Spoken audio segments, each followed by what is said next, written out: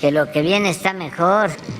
Bueno, vamos a informar sobre el tema de la salud, como todos los martes. Hoy vamos a presentar algo relacionado con los vapeadores más tarde, para que las mamás, los papás estén atentos sobre el daño que causan los vapeadores, porque no hay información sobre este tema y se va a dar a conocer el tremendo daño que causan los vapeadores, para que con la información se pueda hacer labor de convencimiento a los jóvenes y cuidarlos como los queremos tanto, mucho, para que no se enfermen, porque es dañino para la salud, muy dañino. Y como no hay información suficiente, se piensa que es algo pues que sí afecta, pero no tanto. Y resulta que es más dañino el vapeador que el tabaco, que los cigarros. Para decirlo así, en breve, y se va a explicar técnica, científicamente. Muy bien, entonces vamos a el pulso de la salud con el doctor Alcocer.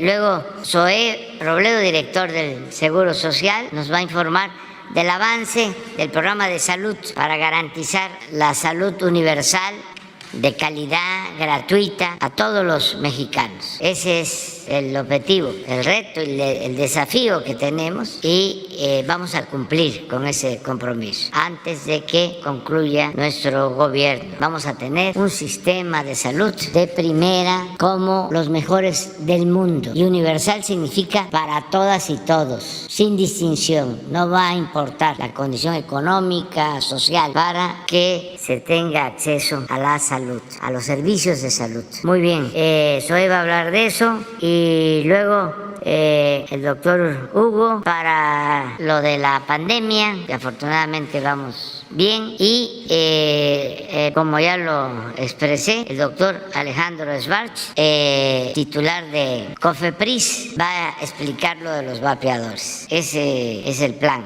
Hoy también en la tarde salimos a Ciudad Victoria. Vamos a llevar a cabo en la capital de Tamaulipas una reunión del gabinete del gobierno federal para apoyar al pueblo de Tamaulipas y respaldar al gobernador de Tamaulipas, el doctor Américo Villarreal. Vamos todo el gobierno para dar a conocer un plan de apoyo al pueblo de Tamaulipas. Entonces comenzamos con el doctor Alcocer. Con su permiso, señor presidente, nuevamente muy buenos días a todas y todos ustedes. En el pulso de la salud, hoy 18 de octubre, como ya señaló el señor presidente, el maestro Zoé Robledo nos actualizará cómo van las convocatorias internacional de médicos especialistas y la nacional de médicos generales, enfermeras, especialistas y auxiliares de enfermería. Asimismo, los avances y productividad en Nayarit, Tlaxcala y Colima, y los avances generales en Baja California Sur, Sonora, Sinaloa y Campeche. En el segundo tema, el doctor Hugo López-Gatell les comunicará el estado de la pandemia al cumplirse 14 semanas de continuo descenso.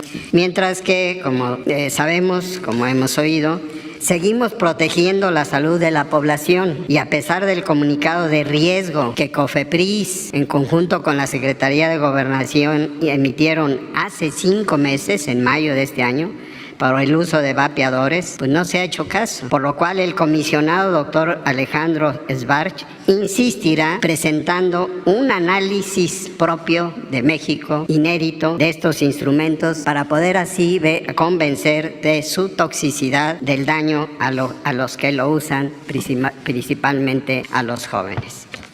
Muchas gracias. Gracias por su permiso, señor presidente. Muy buenos días a todas y a todos. Como se ha comentado, el plan de salud para el bienestar en sus diferentes componentes, uno de ellos es la falta de médicos especialistas, sobre todo en los hospitales de lugares más apartados, más remotos, municipios más pequeños o de alta marginación. Por eso la semana pasada presentamos aquí la oferta que estamos haciendo para médicos especialistas extranjeros de todas partes del mundo. Esta convocatoria está hecha específicamente para cubrir 749 espacios vacantes durante un año en 54 hospitales que presentamos hace una semana. Y hoy queríamos aclarar cuáles son las condiciones que está ofreciendo el Gobierno de México para estos médicas y médicos extranjeros. También pueden participar médicos mexicanos en esta convocatoria. Es un salario de 53,569 pesos que incluye un boleto de avión redondo, bueno, 2 boletos de ida y vuelta, el traslado también al lugar de residencia y el centro de trabajo, también todos los trámites y pagos y requerimientos migratorios, así como la validación académica de las instituciones educativas de nuestro país y apoyos en alimentos y hospedaje, además de otras prestaciones, es lo que estamos ofreciendo. Ahora, de lo que llevamos de la semana pasada al día de hoy, en estos 6 días hemos tenido respuesta de 2,067 personas que se han registrado. Ya concluyeron todos los procesos, todos los pasos de este registro, las han concluido 419 personas. De ellas, 473 son médicas y médicos extranjeros, con esta distribución por país, principalmente de países de América Latina, lo cual nos da mucho gusto porque además pues uno de los requisitos es el hablar el idioma español. Y también ha habido de otras nacionalidades de Estados Unidos. En el caso de los médicos cubanos que se han inscrito, es el único caso que vamos a procesar con comunicación con la Secretaría, el Ministerio de Salud de Cuba y Servicios Médicos Cubanos, con quienes tenemos el convenio y que hoy, gracias a él, está ya trabajando en nuestro país. Informar que la convocatoria sigue abierta y también informar que, como se ve en esta gráfica, los médicos y médicas de las especialidades que más se requieren, sobre todo ginecología, obstetricia, anestesia, han tenido buena participación. Esto lo hacemos producto pues de los años y años y años que se cerró el sistema educativo, el sistema de salud para la formación de médicos, y que hoy nos lleva a tener esta situación que se tiene que cubrir porque la salud pues no puede esperar. Y también de la misma manera, la semana pasada hicimos la convocatoria nacional, pero para médicos generales, enfermeras y enfermeros especialistas y auxiliares de enfermería. Esto es para 5 estados particularmente: Nayarit, Tlaxcala, Baja California Sur, Sonora y Campeche. De los 1,750 médicos generales que requerimos para estos estados, para una cobertura en todos los turnos y todos los días de la semana, ya se postularon 2,949. En el caso de enfermeras y enfermeros especialistas, de los 599 requerimientos que tenemos, ya hay una postulación de más de 1,051.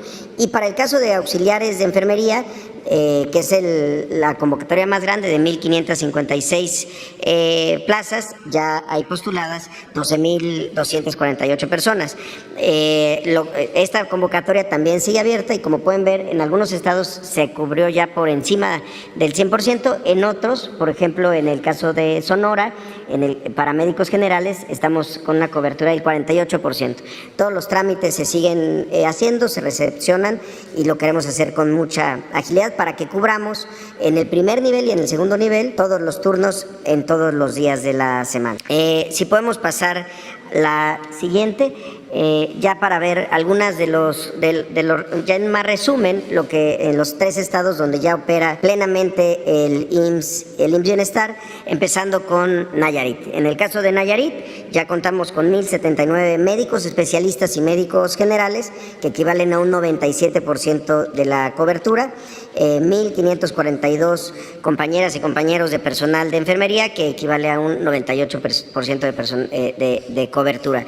Aquí hay que aclarar, este estado, por ejemplo, que está también en la convocatoria, tiene que ver con que muchas veces la cobertura de especialistas se hace con residentes que están en rotación. Lo que queremos es personas que ya vayan quedando de manera permanente y se ayuden también complementariamente con los médicos residentes. El presupuesto que se ejerce en Nayarit desde el 1 de abril del 2022 es de 907 millones de pesos, 237 millones de pesos en infraestructura y 670 millones de pesos para equipamiento. El ejercicio de este presupuesto en lo que llevamos en Nayarit es del 85% y vamos a llegar al 100% antes de que concluya el año. Esto lo que nos permite es ya tener los primeros informes sobre productividad, sobre atenciones que se han dado y cómo éstas se han incrementado. Por ejemplo, en el caso de Nayarit, logramos aumentar las consultas de especialidad en un 173%, es decir, antes semanalmente, este es un cálculo promedio semanal. Antes se hacían 937 consultas de especialidad a la semana, hoy se están haciendo 2.556 consultas de especialidad por semana en Nayarit. Las cirugías tuvieron un incremento en el 68%, los partos atendidos en un 17%, y en el tema de abasto, como se puede ver aquí en este círculo amarillo, pasamos de un 78% de recetas surtidas completas en el primer periodo del año antes de que entrara el programa a ya 99% de recetas surtidas en Nayarit. Lo mismo vemos ahora en Tlaxcala, donde empezamos después, el 29 de julio. En el caso de Tlaxcala ya tenemos 1.154 médicos especialistas y generales, que equivalen a un 91% de la cobertura, y 1.350 compañeras y compañeros de personal de enfermería, que equivalen a un 92% de cobertura. Es una inversión en el caso de Tlaxcala de 453.7 millones de pesos, como les decía, desde los últimos días de julio hasta la fecha. Ahí tenemos un ejercicio del 63% que estamos cubriendo ya con los procesos de adquisición de equipamiento. Y ya si lo vemos para la productividad, en el caso de Tlaxcala, las consultas promedio semanales de especialidad pasaron de 1.345 a 1.618, un incremento del 20%. En cirugías pasamos de 204 a 247, también un incremento del 21%, y de partos atendidos pasamos de 98 a 108, es decir, un incremento del 10% de los partos que se han atendido. Y en el caso de abasto también pasamos de un 81% de recetas surtidas a ya el 93%. Y finalmente Colima, con el estado que ha tenido el mayor incremento en cuanto a productividad.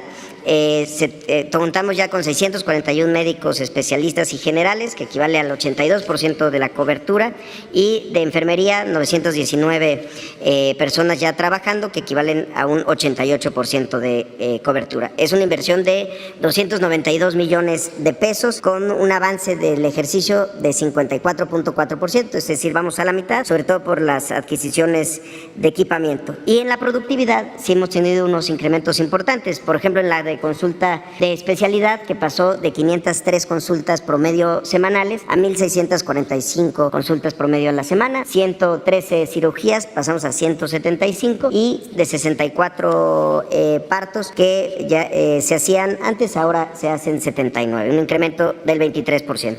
Y finalmente, de los otros estados en donde estamos trabajando, podemos pasar la siguiente, que ya es el caso de Baja California Sur. Ahí comenzamos el 1 de octubre, llevamos un 59% de cobertura de médicos especialistas, 60% de médicos generales y personal de enfermería, y hemos capacitado al 100% del personal. Se tiene contemplada una inversión para este cierre del 2022 en Baja California Sur de 231 millones de pesos, que equivalen a 54.1 millones de pesos para las obras de rehabilitación y 177 millones para equipamiento. Y al momento se cuenta con un abasto del 99% de recetas surtidas en Baja California Sur. También es un avance importante. Lo mismo que en el caso de Sonora, que tenemos ya también desde el 1 de octubre esta operación.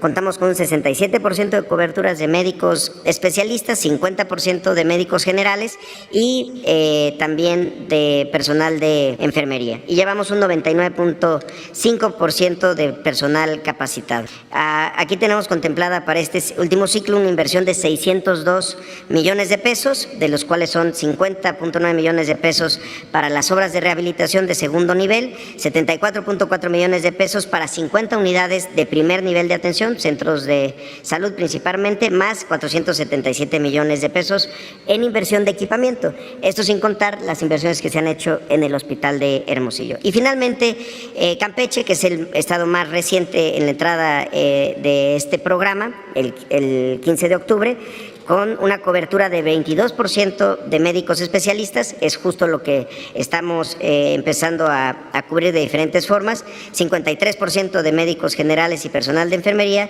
y bueno, ya una capacitación del 99% del personal en segundo nivel y 9% en primer nivel. En cuanto a infraestructura, hay contemplado una inversión de 620 millones de pesos del 15 de octubre al 31 de diciembre, que equivalen a 91.3 millones de pesos de infraestructura y 528 millones de pesos para el equipamiento de primer nivel y segundo nivel. Y tenemos un avance del 10% en este proceso de adquisición de equipamiento y un reporte del 65% de recetas surtidas, por eso es tan importante avanzar en todas las áreas. Finalmente, señor presidente, si me lo permite, ayer hubo una pregunta de Juan Antonio Ojeda sobre 2 hospitales de Quintana Roo. Simplemente informar, la semana pasada tuvimos una reunión con la gobernadora Mara Lezama para hablar sobre este programa de salud para el bienestar.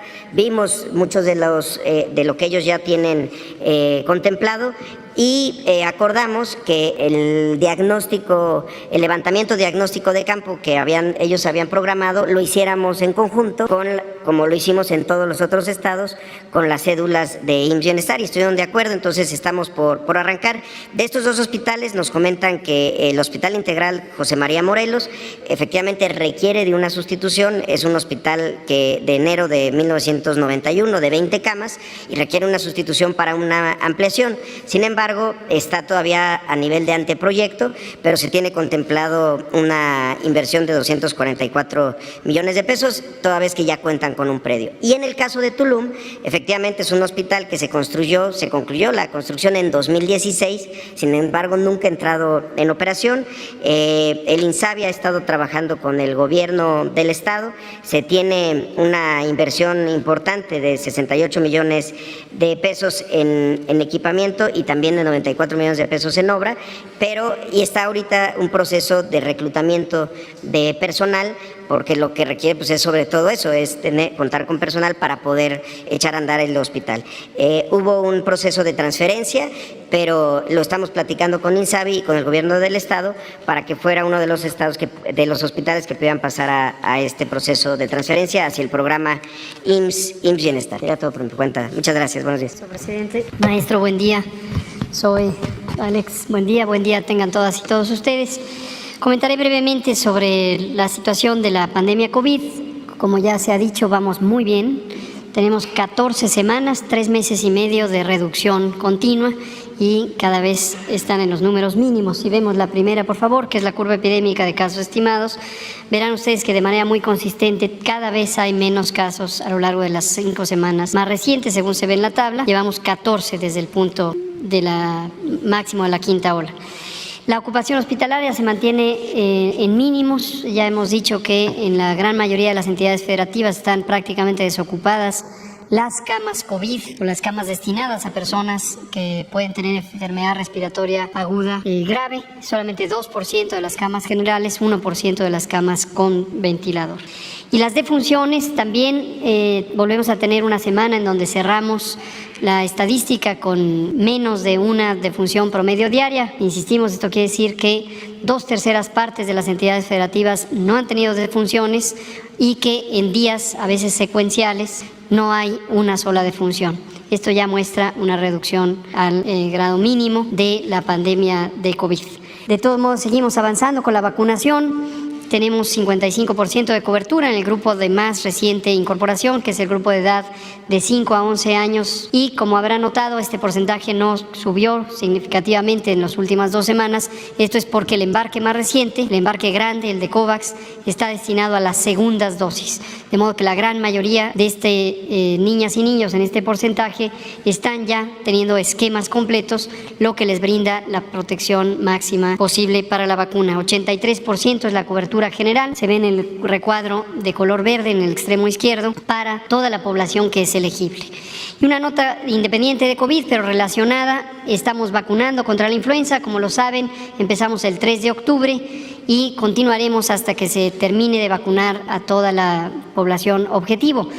Nos da mucho gusto ver una buena respuesta, tenemos ya arriba del 10% promedio nacional de cobertura, de acuerdo con la meta, en algunas entidades federativas como la Ciudad de México por arriba del 14%, pero hacemos un llamado a que en particular las personas adultas mayores, las embarazadas y las personas que tienen enfermedades crónicas se vacunen. Es deseable que esta población, que es la población de mayor riesgo de complicaciones de influenza, sea la que se vacune primero. Cuanto más rápido acudan a la unidad de vacunación, que es cualquier centro de salud de cualquiera de las instituciones públicas de salud, ya sea la Secretaría Estatal de Salud, las secretarías, las instituciones federales como el IMSS, el ISSSTE, según les corresponda, pero en cualquier sitio de salud pueden ser vacunados. Muchas gracias. Con su permiso, señor presidente, maestro Alcocer, secretario, señor subsecretario, director general. Muy buenos días tengan todas y todos. Nos gustaría aprovechar este espacio para presentar las evidencias que hemos desarrollado a través de una visión de innovación regulatoria a fin de advertir los importantes riesgos a la salud humana asociados al uso del vapeador o del vapeo, como algunos jóvenes lo llaman. El único objetivo de la industria tabacalera, tanto en nuestro país como en el mundo, es vender cigarrillos. Esto lo hacen sin tener en cuenta los enormes costos que esto supone para los consumidores, sus familias, la sociedad y el planeta. Es cierto que todas las empresas tratan de promover las mercancías que producen. Sin embargo, estos productos son únicos en su género en cuanto que provocan enfermedad y muerte cuando se usa de la forma prevista por el fabricante.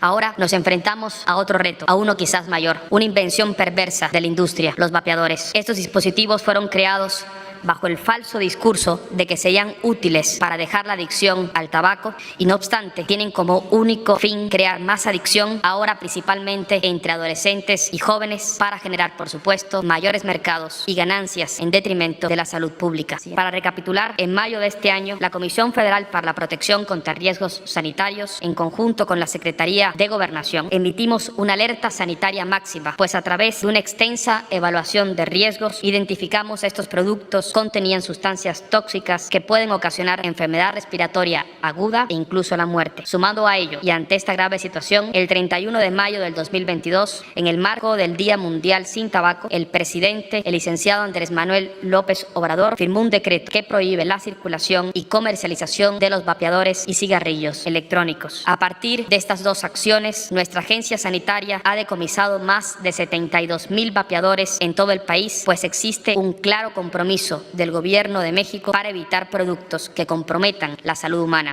No obstante, quisimos ir más allá de ello. Nos dimos a la tarea de analizar algunos vapeadores en nuestro Laboratorio Nacional de Referencia, el mismo que liberó más de 100 millones de vacunas en el contexto del COVID-19. Es importante destacar que en ningún lugar hasta este momento existía una metodología para analizar las sustancias que contiene un vapeador, por lo que el equipo científico de la COFEPRIS dedicó decenas de horas de análisis y estudio para desarrollar una metodología propia con rigor técnico y científico. Este esfuerzo es de tal trascendencia que en los próximos meses daremos visibilidad a nuestros resultados a través de publicaciones científicas y la publicación del método farmacopeico, pues estamos convencidos que este paso dado por México será una referencia global para que otras autoridades sanitarias puedan seguir aportando elementos que fortalezcan la lucha contra los vapeadores y cigarrillos electrónicos. Siguiente, por favor. Esta imagen podemos apreciar una cromatografía realizada en nuestro Laboratorio Nacional de Referencia. Insisto, la primera en el mundo para analizar las sustancias que día con día ingieren miles de jóvenes sin saber sus consecuencias. Una cromatografía nos permite detectar las sustancias que contiene un producto. Cada una de las líneas verticales que observamos son un componente específico que encontramos en el vapeador, una molécula. Como verán, en esta prueba detectamos 33 sustancias, de las cuales tan solo 3 son descritas o reportadas en el etiquetado de origen de los vapeadores analizados. Esto por sí mismo constituye un enorme engaño al consumidor, el cual confía que este producto es menos dañino que un cigarro convencional debido a que solo tiene saborizantes y nicotina, cuando en realidad tiene otro tipo de sustancias o ingredientes de altísima peligrosidad para el ser humano.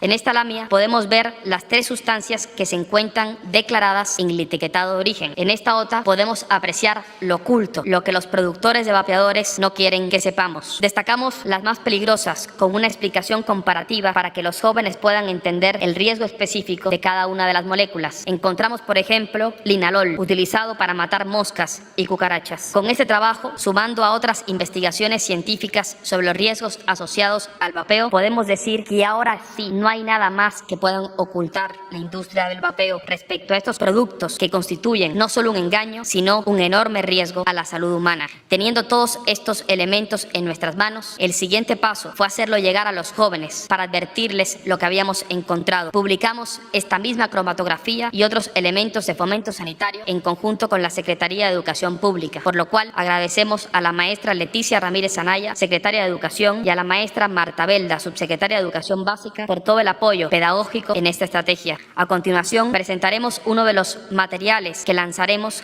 como parte de las acciones para seguir concientizando sobre el interior de los vapeadores entre los jóvenes. Previo a ello, me gustaría también agradecer al senador Álvarez Lima, a Carlos Brito, director del Canal 11, así como a Diana Constable y Aleja Chávez por su creatividad y disposición para realizar esta campaña de COFEPRIS. También al equipo joven de Jóvenes Construyendo el Futuro de nuestra agencia sanitaria, coordinado por Alex Naime, que aportan su entusiasmo y conciencia juvenil. Esta canción que presentaremos a continuación presenta el trabajo científico realizado por la Secretaría de Salud del Gobierno de México a través de la COFEPRIS, así como los riesgos asociados a vapear. Muchas gracias. No hay nada más que decir. No hay nada más que ocultar. El vape te acorta la vida. ¿Por qué lo decimos? Nos hemos dado a la tarea de abrir un vapeador y lo que encontramos no es tan bonito como lo que nos muestran en los anuncios. No hay nada que ocultar. Acompáñenos al Laboratorio Nacional de Referencia de COFEPRIS. Hemos abierto uno de esos coloridos empaques para enseñarte lo que le metes a tu cuerpo. Desarmamos, estudiamos y analizamos a los vapeadores. ¿Quieres saber qué fue lo que encontramos? Son más de 30 sustancias no reportadas al interior del vapeador. Dimetiléter, linalol, alcohol bencílico. Quizás no las has escuchado porque ninguna de estas sustancias están hechas para inhalar, pues afectan los pulmones y nuestra capacidad respiratoria. Pero esto no te lo van a decir las marcas de vapeadores porque lo que quieren es que sigas gastando tu dinero. Ellos invierten mucho dinero en publicidad. Se registra que en el 2020 gastaron en total 164,000 millones de pesos. Esto equivale a más de 19 millones de boletos de tu artista favorito en primera fila. Que la salud de los jóvenes se deteriore a tan temprana edad no vale todo ese dinero.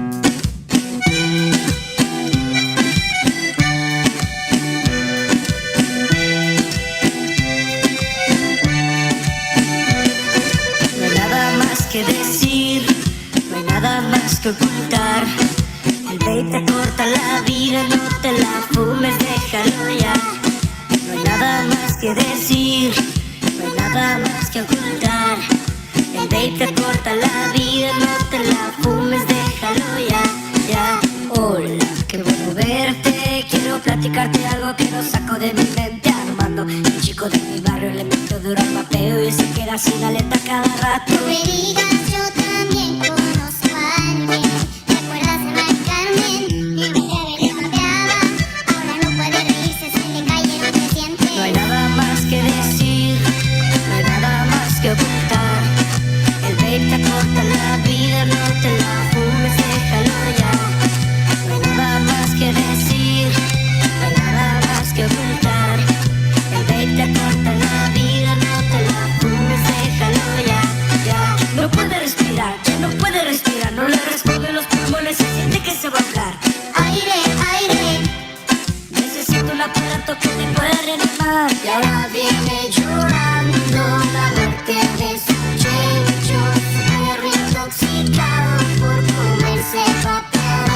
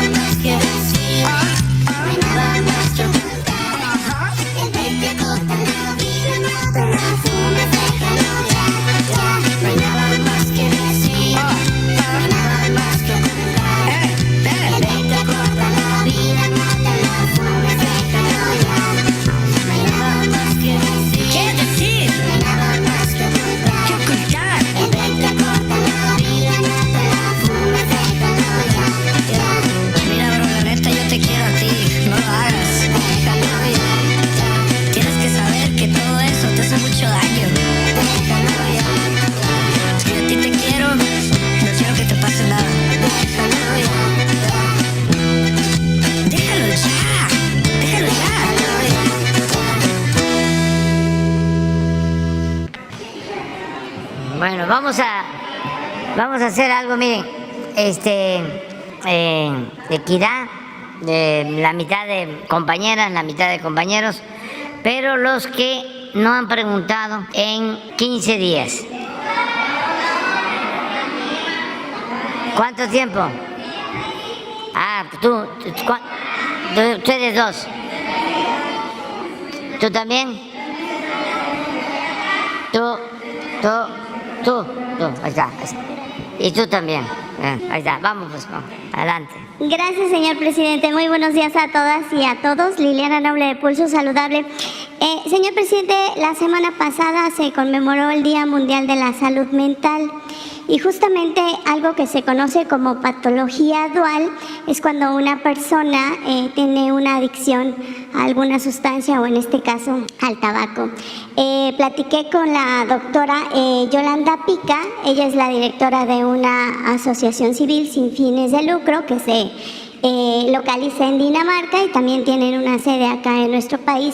Por respeto no mencionaré el nombre, pero ella me hablaba justamente de la prevalencia y la incidencia de la patología dual.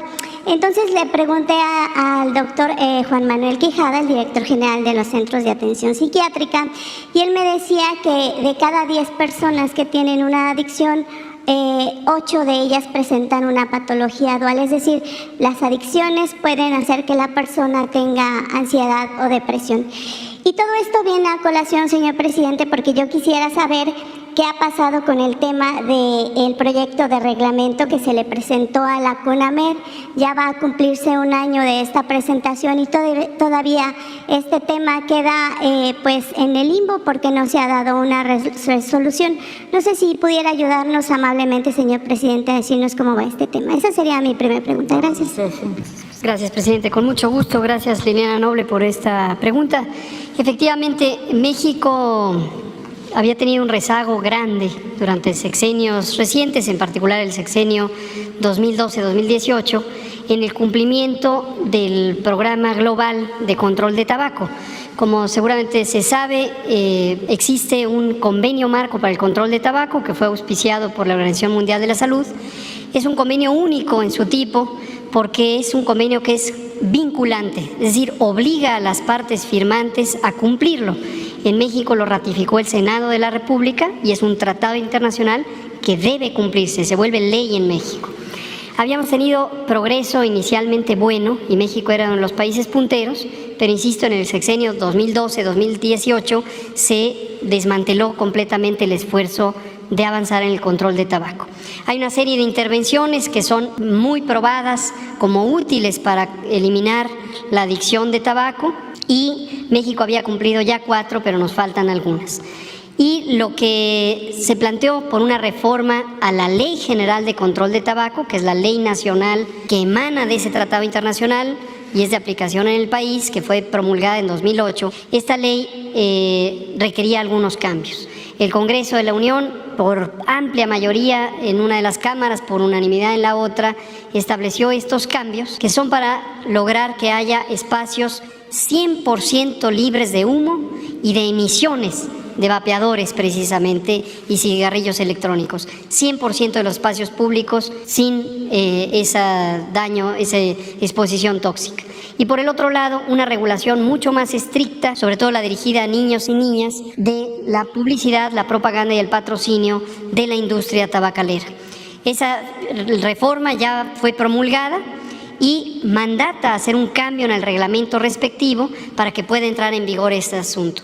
El trámite se ha complicado, básicamente ha habido presiones, nos parece que externas al gobierno, y se ha burocratizado. En la CONAMER, la Comisión Nacional de Mejora Regulatoria, un tiempo inusualmente largo del proceso de consulta, nos han pedido una serie de especificaciones, emitimos un documento de más de 1000 páginas desde la Secretaría de Salud aclarando por qué razón era importante esto. Vemos ahora con enorme optimismo la llegada de la maestra Raquel Buenrostro a la Secretaría de Economía. Sabemos que es una funcionaria excelente de primera línea que siempre en toda su vida ha defendido el interés público y suponemos que esto va a facilitar que se quite cualquier pretexto burocrático que pudiera haber. Y saliendo de aquí tenemos una reunión con la consejera jurídica precisamente para coordinar esfuerzos de todo el gobierno en el mismo propósito, que son las indicaciones del presidente, controlar lo más rápidamente posible este problema de adicción al tabaco, que es una sustancia muy, muy nociva. Gracias.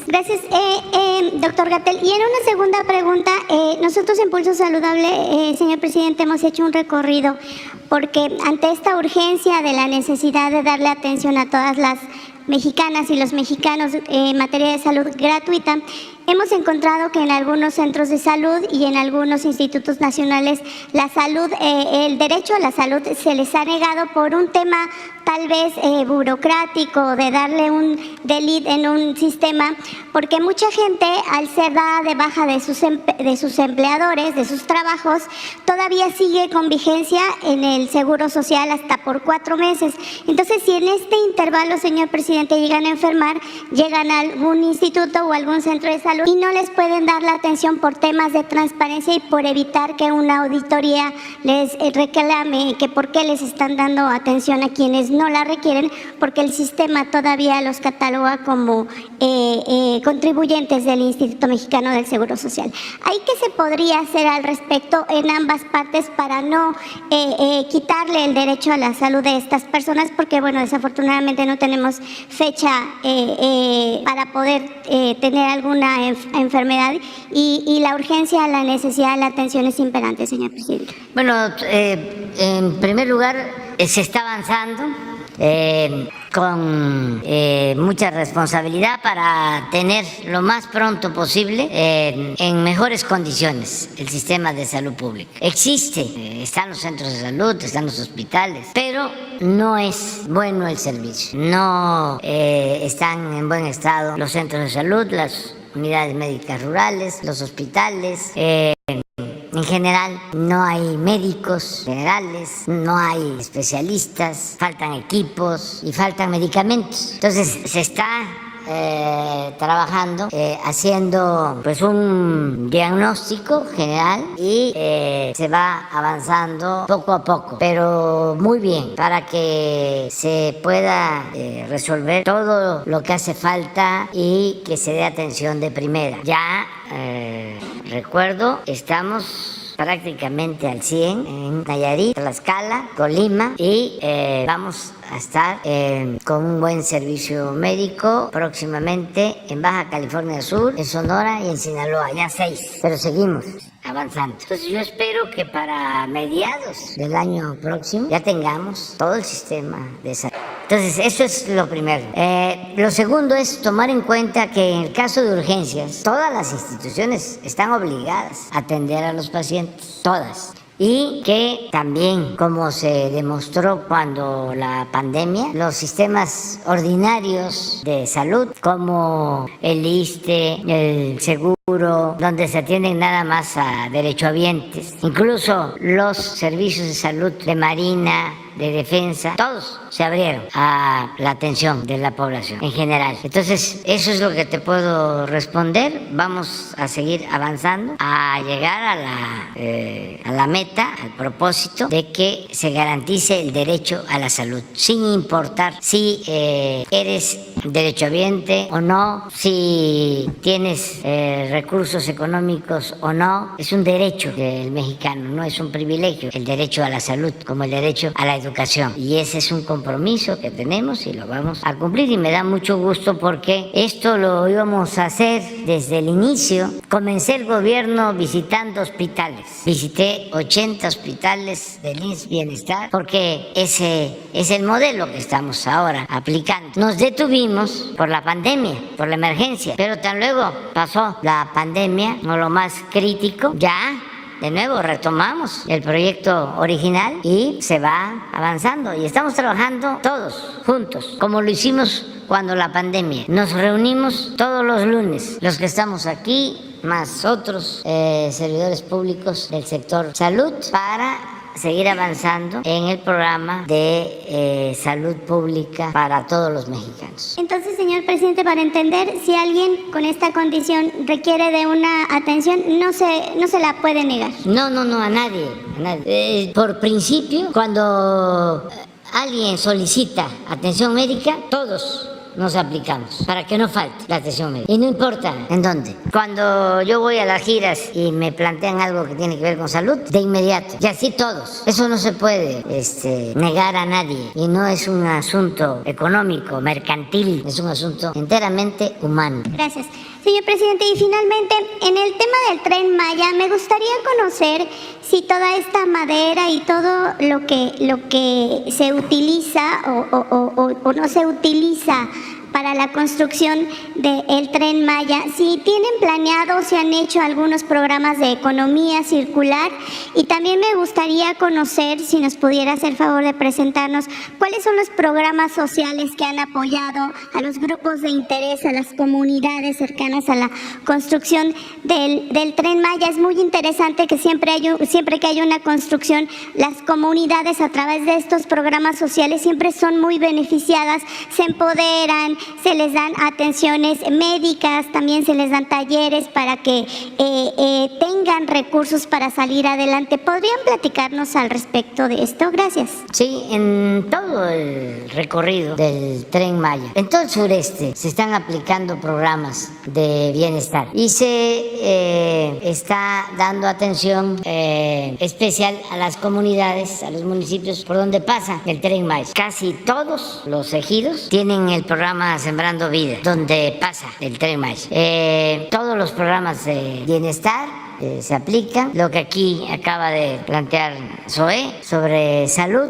Ayer se trató lo del tema del hospital de Morelos en Quintana Roo, lo de Tulum, que se construyó el hospital y no se ha puesto a funcionar. En Chetumal hay una clínica para atención de pacientes con cáncer que se construyó, se terminó y tampoco se había iniciado la operación. Se utilizó cuando el COVID y ahora ya se está echando a andar. Entonces, todo lo que tiene que ver con salud, con educación, y se está apoyando mucho a la gente. Por eso también esto sucede en todo el país, afortunadamente, pero hay más en el sur-sureste. Por eso no tenemos oposición a la construcción del tren. La mayoría quiere que se construya el tren. Los que presentaron amparos no eran los propietarios de la tierra, ni ejidatarios, ni comuneros. Eran pues representantes de grupos de intereses creados o asociaciones financiadas por gobiernos extranjeros, pseudos ambientalistas o quienes siempre buscan sacar raja. Hablaba yo ayer de algunos dirigentes, no todos, de ejidos, que no quieren convocar a la gente a las asambleas porque saben que si se lleva a cabo la asamblea, la gente va a aprobar que se autorice el paso del tren. Entonces no quieren convocar porque quieren un acuerdo arriba, popular, en donde ellos se beneficien, los dirigentes. Las malas mañas. Esto pasa también con los transportistas. No es el hombre camión el que tiene su camión de volteo, de eso vive. 1, 2 camiones. No. Es que hay sindicatos, no generalizo, pero hay algunos que se aprovechan. O quienes quieren, por ejemplo, para tener un derecho de vía en Cancún, estamos pavimentando con concreto la avenida Colosio. Y se está haciendo un puente para comunicar a la zona turística de alrededor de 10 kilómetros, que es un puente que se tiene que construir hasta por cuestiones de seguridad, porque si pasa algo en la punta de la zona turística de Cancún, está tan saturado ya de vehículos que no puede hacerse un desalojo seguro. Bueno, estamos haciendo esas obras y estamos resolviendo el derecho de vías. Pues una persona por un terreno, creo que de 200 metros, pidiendo 25 millones de pesos. Y si no, no pasa. Abusando. Ayer hablaba yo de que ningún servidor público puede pagar más de lo que se establece en un avalúo. Entonces, eso se da, pero también es la excepción, no es la regla. La mayoría de la gente está ayudando mucho. Nada más en el tramo de Espujil a Escárcega, que son como 150 kilómetros, me informaban, son 16 ejidos. Y en una semana se hicieron las 16 asambleas y las 16 anuencias, sin avalúo, nada. todos firmando para que se pueda pasar. Si ya está el trazo, que se pase y que ya después se hace el avalúo y se les paga. En esa actitud, no, pues si de por sí los queremos, pues con eso los queremos más, mucho más. Es reafirmar lo que siempre hemos sostenido. Se burlan mis adversarios, los conservadores, porque ellos no toman en cuenta estos sentimientos, son muy fríos, se les ha endurecido el corazón. Se burlan cuando digo del pueblo bueno y de la bondad de nuestro pueblo. La gente humilde, la gente pobre, da todo, todo. Me ha tocado verlo en el tiempo de vida y de lucha, de cómo un pobre cae enfermo y todos los de la comunidad van a apoyar. Me ha tocado ver cómo alguien te pega un machetazo, un hachazo y lo tienen que sacar en hamaca con un palo, que no hay camino, no hay transporte, llegan cargado y llega la gente a la hamaca a entregarle lo que tenga para que se cure. Esa solidaridad auténtica, esa fraternidad, la he visto. No es la enfermedad de acumular riqueza, como decían los colonizadores cuando les preguntaban a los indígenas qué querían, qué buscaban. Y es que nosotros tenemos una enfermedad muy grave que solo se quita con el oro. ¿Dónde está el oro? Buscando el oro, buscando lo material. O lo que Hidalgo, ¿no?, les dijo a quienes lo estaban juzgando, descomulgando. A ustedes los oligarcas, les dijo a los oligarcas, su único Dios es el dinero. Entonces la gente sí está ayudando mucho y se les está apoyando y se les va a seguir apoyando en toda la ruta. Se están construyendo viviendas, por ejemplo. Como se usó en un buen tramo el derecho de vía del ferrocarril del sureste, ya se habían construido viviendas, había una especie de invasión de las vías. Entonces, en varios lugares, por ejemplo en Escárcega y en otros lugares, se construyeron viviendas y la gente aceptó, se les construyeron sus casas y se están haciendo pues muchas cosas y están contentos, la verdad, con deseos de que se termine el tren. Buenos días, presidente. Beatriz Contreras Castillo, de la revista Polemón. Señor presidente, sus opositores o algunos de ellos desde antes de 2006 afirmaban que si usted llegaba a la presidencia, la economía del país se caería, que habría crisis, que el peso se devaluaría, que la gente perdería sus bienes, que las inversiones se detendrían y que los capitales se irían.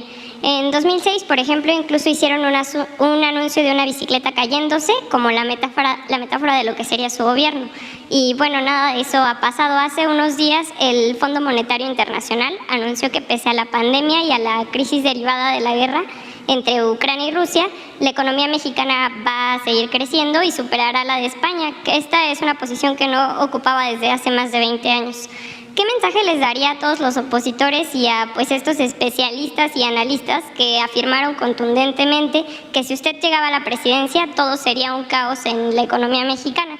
¿Y qué les diría a los que hoy afirman que la economía mexicana bajo su gobierno ha sido un desastre? Bueno, son enfoques distintos. Nosotros desde la oposición sostuvimos que no funcionaba el modelo económico neoliberal, que no era un asunto solo político, ideológico, sino de juicio práctico, que no eran buenos los resultados, que había que cambiar. Y lo hemos hecho y ha funcionado. Tenemos estabilidad económica. Les voy a presumir. Ayer hablé con el secretario de Hacienda que estuvo en Washington y me dijo que vio a Larry Fink, que es el de un fondo de inversiones, BlackRock, y que le comentó que México era de los países que mejor había manejado la crisis originada por la pandemia, porque no nos endeudamos. Hace poco, no sé si sea cierta la cifra, que tiene que ver con España, se habla de que tenemos ya el mismo Producto Interno Bruto, la misma generación de riqueza, que incluso ya estamos superando a España en generación de riqueza. Deben de ser como 20, 21 billones de pesos del Producto Interno Bruto. Están sacando su máquina, ahorita nos van a decir. Pero lo interesante es que nosotros de esos 20, 21 billones de pesos solo tenemos deuda de 10, 12 billones, 50% del PIB. Y en el caso de España, de estos 21 billones, su deuda es como de 25 billones, el doble. Entonces sí hay diferencia. Y esos países se endeudaron con la pandemia. Y otros, que no tengo por qué aquí mencionar, o no debo mencionar porque es hasta de mal gusto, solo porque toca hacerlo de España. Y eso lo hago porque siempre hay una tendencia, ¿no?, a poner de ejemplo lo que hacen en el extranjero. Se le llama de mal modo. No lo voy a repetir cómo se le llama eso, porque no me gusta. Pero tiene que ver con los que solo exaltan, admiran lo que se hace en el extranjero y piensan que lo hecho en México está mal hecho, cuando no es así. Lo otro es también sentirnos más. Eso sí, puedo decir, se llama chauvinismo, pues es el término político que se utiliza, decir que somos lo mejor del mundo. Tampoco, no somos más, pero tampoco somos menos. Y sí, México, en lo que somos más, con todo respeto, es en nuestra grandeza cultural, y de ahí dimana nuestra fortaleza. Ahora con lo de los vapeadores, por ejemplo, nosotros lo podemos decir porque somos libres, otros gobiernos no lo pueden decir por los intereses que hay, pero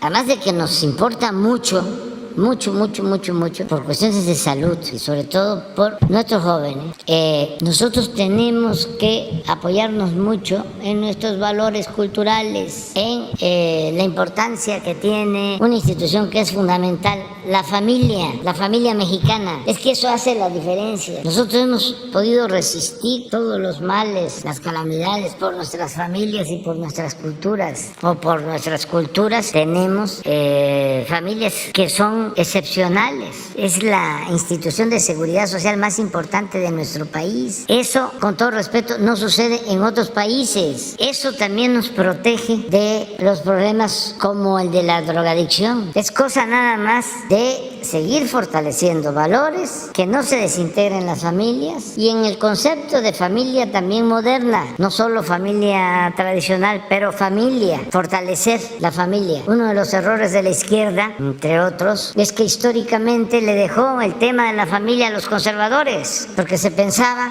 de que la izquierda solo se tenía que ocupar de la colectividad, de la comunidad, de lo social, y no del tema de la familia. Y en el caso de México, a lo mejor eso podría funcionar en otros lados, pero en el caso de México la familia es fundamental. Entonces yo sostengo de que nosotros tenemos esa ventaja y estoy optimista. Yo sostengo que podemos hacer todavía en el tiempo que nos queda mucho para fortalecer valores, fortalecer la familia y enfrentar el problema de la drogadicción, sobre todo el consumo interno. Podemos lograr que no suceda lo que desgraciadamente está pasando en nuestro país vecino y amigo, en Estados Unidos, donde los jóvenes andan metidos, no todos, pero sí es un problema grave de drogadicción. Fentanilo, que así como lo de los vapeadores, vamos a enfrentar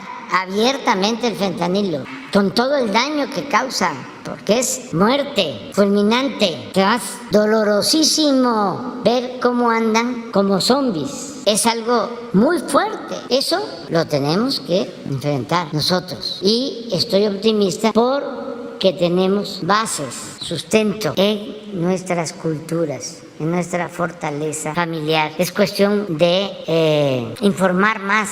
Así como lo del vapeador. Con Jesús tenemos el compromiso que todo el tiempo que nos quede, lo que se destine de publicidad para medios va a ser a orientar sobre el daño de las drogas. Esto de los vapeadores, el fentanilo, informar y al mismo tiempo los programas de atención a los jóvenes. Garantizar el derecho al estudio, garantizar el derecho al trabajo, la felicidad, la música, la cultura, el arte. Me dio mucho gusto, por ejemplo, cuando vino esta banda al Zócalo. Firme. Lo más sano. Hubieron algunos ahí que se tomaron su caguama, pero muy poco. Venían familias jóvenes, bueno, familias completas con niños. Tan es así que como se llenó completo y seguía llegando gente, llegando, pero eran ríos de gente. Yo estaba fildeando por la ventana. Le hablé a Claudia y le dije, ya hay que hacer algo, que ya no vengan, que no sigan pasando, porque puede haber una desgracia. Y ya se resolvió. Y hay unas vallas aquí enfrente. Yo ordené que las quitaran para que hubiese más espacio y que pudiesen estar hasta el frente del palacio, hasta las puertas. Y no se pudieron quitar las vallas porque están soldadas desde enfrente, pero sí se abrieron y se metió la gente y estaban en la puerta, las puertas del palacio, todas las puertas. Ningún daño de nada, diversión sana, no destrucción. Entonces, sí vamos a salir adelante con los jóvenes. Y en tu pregunta, pues la verdad, vamos bien. Ahora nada más tenemos que ocuparnos del tema de la inflación, ya lo estamos atendiendo. En energéticos no tenemos problema, tenemos que resolver lo de alimentos y en eso estamos ya trabajando, que no aumente la canasta de 24 productos básicos, debe de costar 1,038 pesos. Hicimos el acuerdo con Walmart, con Chedraui, con Soriana y con otros distribuidores y productores. Hoy creo, precisamente voy a recibir a la gerente mundial de Walmart y un tema es el de los precios de los básicos. ¿De qué van a hablar? Sobre eso, no sé si es hoy o mañana.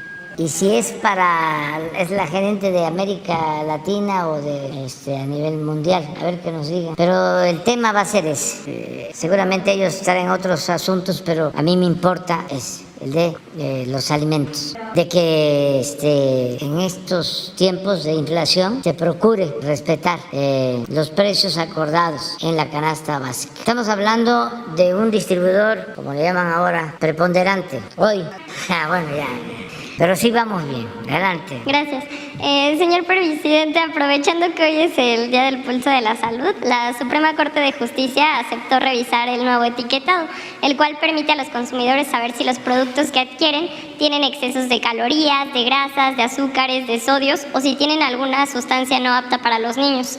El amparo es promovido por grandes empresas de alimentos y ya un ministro había desechado un amparo por un juzgado en materia administrativa.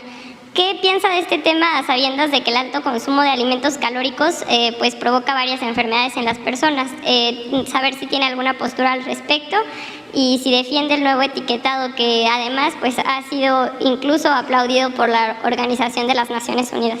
Sí, ya está aceptado incluso por ellos mismos, por los industriales, y fue producto de una negociación durante muchos años, 2, 3 años, no muchos, pero sí 2 o 3, y se acordó y hubo cierta inconformidad, pero ya se está aplicando. Desde luego ellos tienen derecho de acudir al Poder Judicial, pero no creo que cambie y pienso que debe mantenerse porque eso es lo otro, el cuidar la alimentación. Principal es esto de las drogas, que debemos de evitarlo porque es algo grave, y también cuidar lo que comemos, como diría Ribus, la panza es primero, cuidar, y la salud en general. Les decía yo que nosotros somos libres, me llena de satisfacción, de orgullo, que se diga aquí que es el país, a lo mejor ya lo han hecho en otras partes, o de los pocos países en donde se hace un estudio de los vapeadores, porque son muchos los intereses, pero realmente es un engaño que se ponga de que tiene 3 sustancias que no hacen daño y resulta que son 33 ocultas. Es un fraude y tiene que ver con la salud. Claro,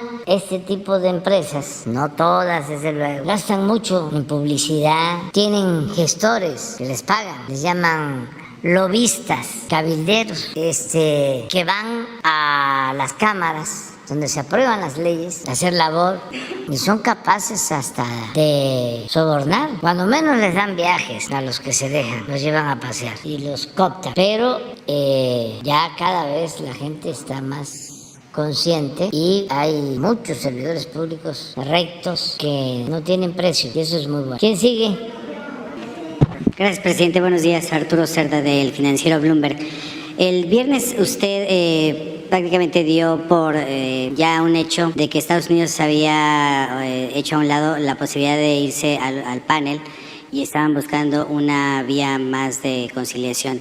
Ayer ofreció el embajador de los Estados Unidos en México, Ken Salazar, una conferencia de prensa, y ahí él aclara que en esa situación no ha cambiado, que Estados Unidos mantiene su postura de las consultas y que esto se desahogue en el marco del TEMEC. ¿Cuál es la situación real de estas negociaciones? Porque pues prácticamente, pues digamos, lo desmintió. Y en cuestiones económicas también ayer el presidente de la ANTAD declaró que después del llamado que usted le hizo a Walmart, a Chedraui y a Soriana para que se ajusten a los 1,039 pesos de los 24 productos de la canasta básica, dice él que no fue un acuerdo, que no es una obligación para ellos, que en todo caso es un acuerdo de buena voluntad y que si es posible llegarán a esa meta. ¿Qué le puede responder, por favor? Bueno, lo primero, que son muy buenas las relaciones con el gobierno de Estados Unidos, de que nosotros no queremos pleito. Tan es así que ayer me comentó Marcelo Ebrard que lo buscaron de la Casa Blanca porque quiere hablar por teléfono conmigo hoy el presidente Biden. Entonces, si fuesen malas las relaciones, pues no se procurarían estos encuentros, estas conversaciones. O sea, es buena la relación, muy buena. Y ya el presidente Biden lo ha dicho muchas veces y se lo agradecemos, que nuestra relación se da en un pie de igualdad, de respeto a nuestra soberanía. Y eso es todo. Y son muy buenas las relaciones. Somos el principal socio comercial de Estados Unidos.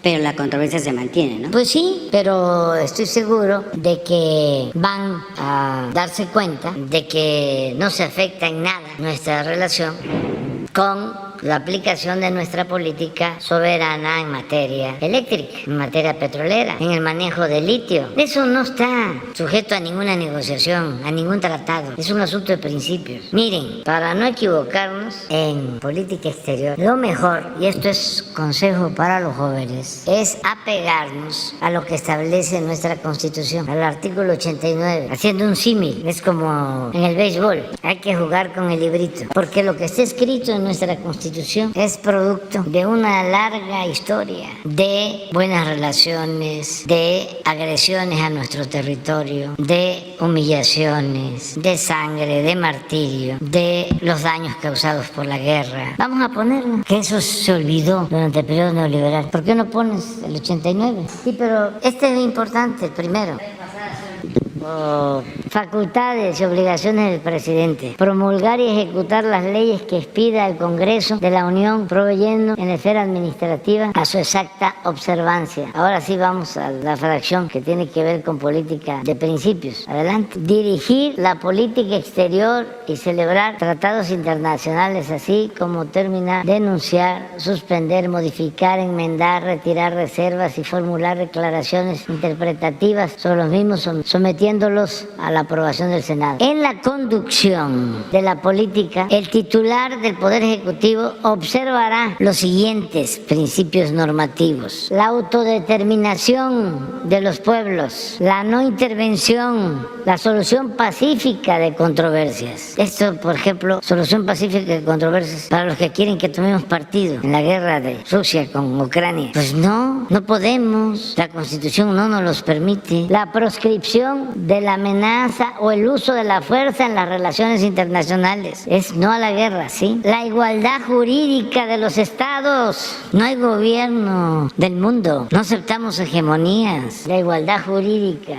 de los estados. La cooperación internacional para el desarrollo, el respeto, la protección y promoción de los derechos humanos, la lucha por la paz y la seguridad internacionales. Entonces, son muy buenas las relaciones con Estados Unidos. Y en lo personal, llevamos muy buena relación con el presidente Trump, con el presidente Biden. ¿Sabe de qué quiere hablar el presidente Biden con usted? No, pero creo, pienso que puede ser eso, porque vamos a tener una cumbre. Van a estar con nosotros el primer ministro Trudeau y el presidente Biden. En diciembre vienen a México y puede ser que sea para ese tema. ¿A qué hora tiene esa llamada? Se acordó a las 5:30, pero vamos a estar nosotros llegando. Yo creo que sí nos va a dar tiempo a Ciudad Victoria, pero desde allá podemos hablar. ¿Y su respuesta al presidente de la ANTAD? pues que respeto mucho, ¿no?, su punto de vista, pero que ojalá y ellos se sumen. Y sí, no hay nada obligatorio, somos juaristas, a lo mejor hasta él es juarista, y Juárez decía: nada por la fuerza, todo por la razón y el derecho. No se impone nada, no es imponer, es convencer, persuadir, y así se va avanzando. Y realmente ha habido cooperación de todos. Solo los politiqueros conservadores, pues esos van a estar en contra de todo. Imagínense si vamos a convencer a los del Reforma o de otros medios, a Claudio X González, Pejelique, la guacamaya convertida en sopilote. No, esos van a seguir, pero no pasa nada. Hablaba yo de las cosas que debemos de sentirnos orgullosos, ¿no?, porque México está a la vanguardia. Pues una de las cosas importantes del movimiento de transformación, un aporte, es que estamos quebrando, tronchando la máxima de Goebbels, de que una mentira que se repite muchas veces puede convertirse en verdad. Que no solo fue creación de Goebbels, el principal propagandista de Hitler, venía de tiempo atrás. Ya aquí hemos visto de cómo la usaba el ideólogo del conservadurismo del siglo XIX, Lucas Alamán, que le escribía a Santana cuando estaba en el exilio, después de que Santana había permitido que nos quitaran la mitad del territorio. Los conservadores lo van a buscar, y para traerlo del exilio le escribía a Lucas Alamán y le decía: no se preocupe, véngase, nosotros los conservadores manejamos la opinión general, que luego se le llamó opinión pública, y la manejamos porque somos los dueños de los principales periódicos de la capital y de las principales ciudades de México. Pero estamos hablando de 1853, 54, 55, casi 90 años, 80 años antes de Goebbels. Entonces, ¿cómo con los medios se podía someter a un pueblo o destruir a un gobierno democrático? Lo que hicieron con Madero, un hombre bueno, un idealista, apóstol de la democracia, fue víctima de una campaña feroz en medios de información. Lo acabaron, lo destruyeron. A él, a toda su familia, a su hermano Gustavo, estaba malito de un ojo y le decían el ojo parado, y así se llamaba un periódico. Nunca le perdonaron una frase a Gustavo. Por eso fue uno de los asesinatos más infames que se han cometido en la historia de México. Ni repetirlo, la manera como lo asesinaron. Si dolió la forma como asesinaron al presidente Madero, lo de su hermano fue tremendo, terrible. Porque en el porfiriato toda la prensa la tenía en un puño. Porfirio, prensa subvencionada, pagada, comprada o alquilada. Había un fondo que se llamaba el Fondo de los Reptiles, que se destinaba a la subvención. Había las excepciones honrosas del hijo del Aguizote, de Daniel Cabrera, de, ¿cómo se llamaba el periódico de quien también participó? No, el Colmillo Público no, ese era también magonista, como Regeneración. Era del Hogar, Diario del Hogar. ¿Cómo se llamaba el señor? Famosísimo. Filomeno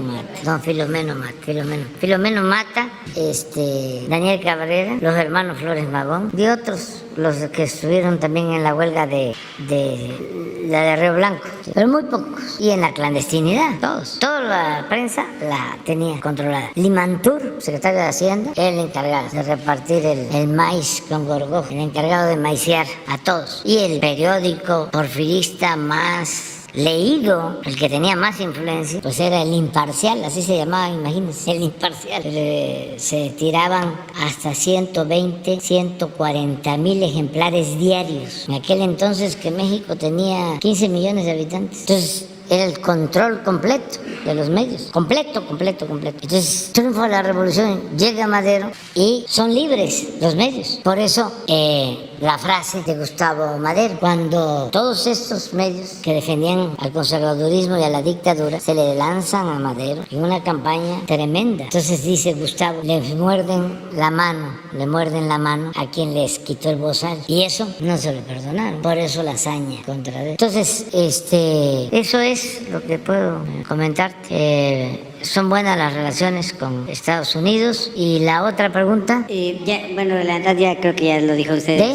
Lo de la ANTAD dice que pues es sí, libertad, ¿no? que sí, que no hay ningún problema, adelante, ellos pueden participar y es voluntario. Si no quieren vender la canasta en 1,038 pesos de los 24 productos, pues no, pero sí hay quienes la están vendiendo incluso más barata, 950, menos de 1,000.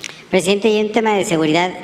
Ayer el secretario de Gobernación explicó que el secretario de la Defensa canceló su reunión con los diputados para hablar del hackeo a los servidores de la Secretaría porque le había parecido ofensiva una carta del presidente de la comisión con la que tenía esta reunión de trabajo.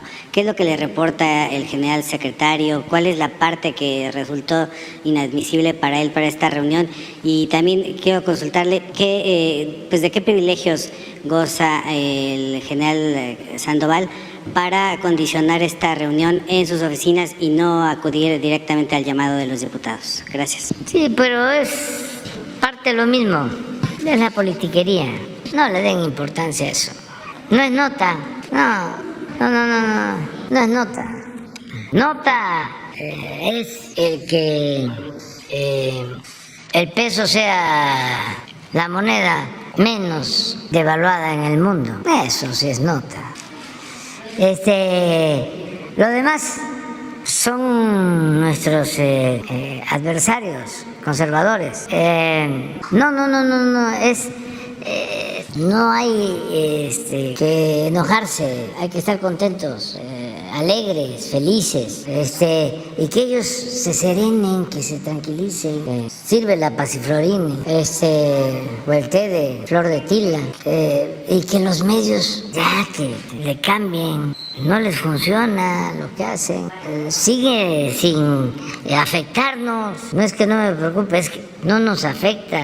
Me da muchísimo gusto que la gente esté tan despierta. Y ve uno el Reforma y cualquiera, los periódicos, todos en contra, todos en contra. Una vez me preguntaron que si, ¿por qué no contestaba yo todo? Porque pues es mucho, de veras. Son muchos los aplaudidores que tienen los potentados, los conservadores. Muchísimos. No hay equilibrio. Las mesas de análisis, todo en contra. ¿Y cómo sacan dinero de nosotros? Ya es el colmo. Ya me convertí en una empresa muy lucrativa para muchos. Les pagan para que me peguen, pero muchísimo dinero. Y a veces me da hasta pena con los compañeros de los periódicos, porque pues lo tienen que hacer, si no los corren. No exagero. Ya les he platicado cuando estábamos en la oposición que un periodista que toma la iniciativa de invitarme a una entrevista y estamos a mitad de la entrevista y le hablan el dueño de la radio. O le cortas o te corro. De repente nos fuimos a los comerciales. Estaba blanco, muchacho. Ya me dijo. Le digo, no te preocupes, ya no regresamos. Y ya no regresé. O sea, porque se habla de censura y se piensa que la censura es el gobierno. No, una vez fui también a Guanajuato, me hacen una entrevista, ahí todos los medios, bien apergollados, hasta la fecha, bien apergollados al conservadurismo. Y un joven también, de programa de radio, le voy a hacer una entrevista porque usted dice de que es víctima de un cerco informativo y eso no es cierto. Usted tiene posibilidad de hablar. Y ya me hizo la entrevista. Pues como a los 10 días me habló. Tenía usted razón, me corrieron. Entonces me da pena. Hay algunos pues que les gusta eso, ¿no? Pero hay otros que lo tienen que hacer porque pues, por necesidad. Tienen que abrir sus programas pegándonos. Y no son ellos. Es la línea editorial y son los de arriba. Entonces ya también basta, porque la mañanera es muy importante, muy importante. O sea, pueden comprar granjas de bots, pero eso no hace nada, porque pues tiene un alcance limitadísimo, pero no es para presumir. Pero la mañanera es la mañanera. Si ya ni debería yo estar repitiendo la Reforma, nada más les hago publicidad. Si ya nadie lee ese periódico, lo hago porque engañaron mucho y es importante, ¿no?, terminar de quitarles la máscara. Es un periódico conservador, es un boletín de lo más reaccionario de México, representante de grupos de intereses creados, pero de los más atrasados, de los más retrógradas. No hay ahí, a lo mejor los trabajadores, pero los editores, articulistas, puro conserva, con todo respeto. No hay nadie, ¿Cuál es tu programa? Pulso Saludable. Ah, ese sí. Venga cuando quiera. No, pero mejor ven tú, aquí. ¿Ya viste? Bueno, ya me voy porque me están esperando. Queda pendiente.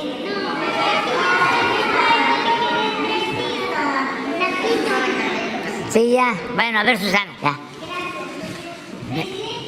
Más que preguntar hoy, que sí lo voy a hacer, ustedes saben que sufrió un atentado, que se dijo que fue un robo, ¿no es cierto? Fue directo, por todos los temas que se vienen manejando, que tienen que ver con la corrupción. Un tema que usted ha abordado constantemente, el de erradicar la corrupción, que es un anhelo del pueblo de México. Millones de mexicanos quisieran que se erradicara la corrupción, que está metida en todas partes, en todos los lugares, pero en particular el grupo de ambientalistas, su servidora que vine a esto, hubo reacción porque estaban acostumbrados a hacer lo que querían, porque estaban acostumbrados a corromper. Es un estilo de vida esto de la corrupción, y al verse evidenciado, expuestos, pues hay este tipo de reacciones.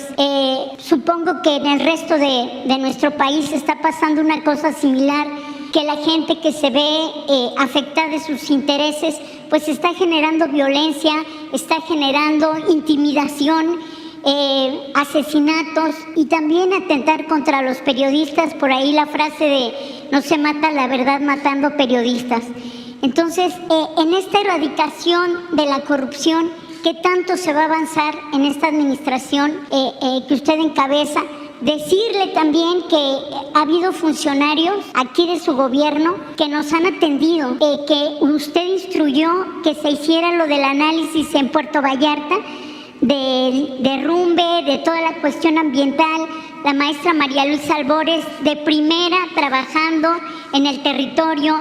Laura Velázquez, en Protección Civil, que también fueron a hacer el dictamen. El venir aquí, hubo respuesta en Puerto Vallarta. La gente está contenta, los ambientalistas le mandan saludos, los amigos de San Pancho, donde también tienen un conflicto ambiental, pero la naturaleza y los sismos se están encargando de todos aquellos desarrollos que no han sido legales. Esto es lo que está afectando al país. En esta administración que usted diariamente habla sobre la corrupción, ¿qué tanto cree usted que pueda disminuirse? Mucho, mucho. Se ha avanzado bastante y vamos a seguir combatiendo la corrupción. Y la corrupción en todo lo que tiene que ver con el manejo de suelo. O sea, me queda tiempo todavía. Para los que ya están pensando que se termine el sexenio, les digo que el 1 de diciembre voy a cumplir 4 años. O sea, que me quedan pues un poco menos de 2 años, pero vamos a hacer muchísimas cosas. Por ejemplo, en lo que te preocupa a ti, de el manejo del uso de suelo. Antes de irme, todo aquello que sea terreno nacional o terrenos para el desarrollo turístico manejados por Fonatur, que no sean de utilidad pública y que se los puedan robar hacia adelante, toco madera. Si regresaran los corruptos, todos esos terrenos, estoy pensando que se queden como áreas de reserva natural protegidas. O sea, voy a procurar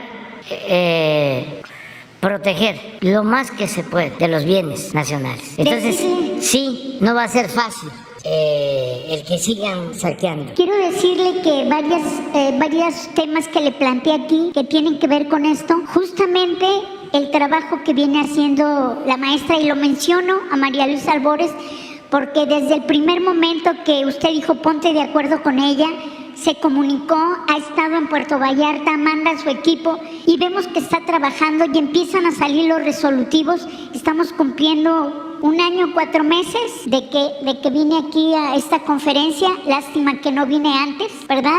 Para aprovechar toda esta plataforma y los funcionarios que han estado trabajando, que nos han apoyado. También quiero aprovechar, presidente, para agradecer a Rosa Isela.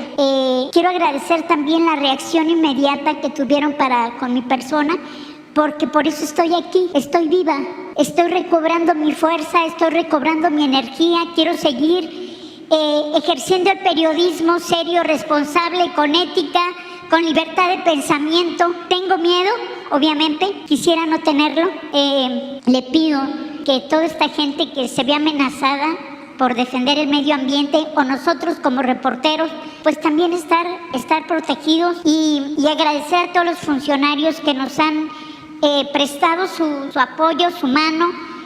Quiero agradecer desde luego pues a toda mi comunidad universitaria en Puerto Vallarta, al rector Ricardo Villanueva, desde luego también al rector Jorge Telles, al maestro Gabriel Torres Espinosa por el lado de la universidad, pero aquí a todos, a Enrique Irazoque, que está en que es la Coordinación Ejecutiva Nacional del Mecanismo de Personas Defensoras de Derechos Humanos, también a Eric Javier Martín Salas, Honorio Pérez y a Julio Gallegos, que él ha estado en comunicación con mis hijos, con mi familia, porque yo no podía caminar, no podía hablar.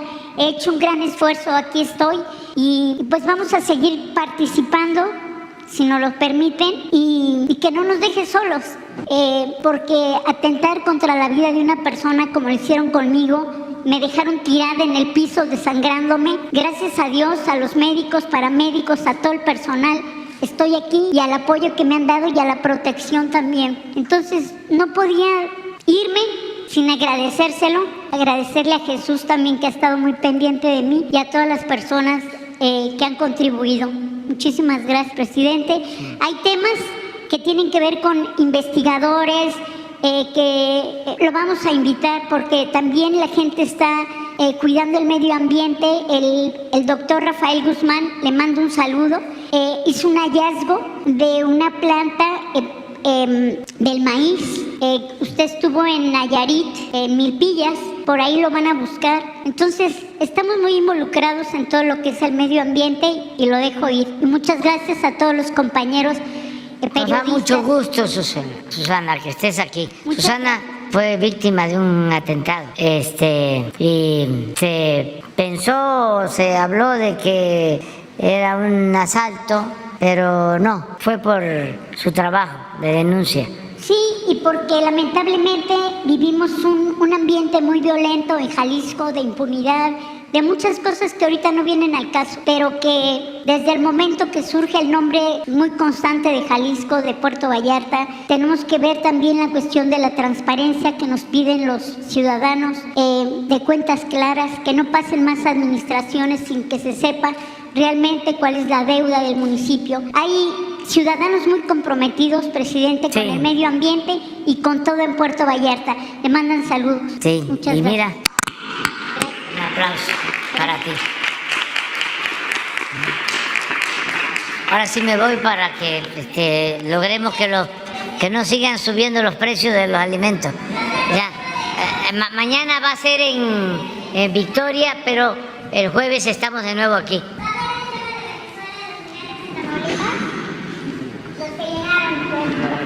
¿Allá? Sí, seguramente, sí.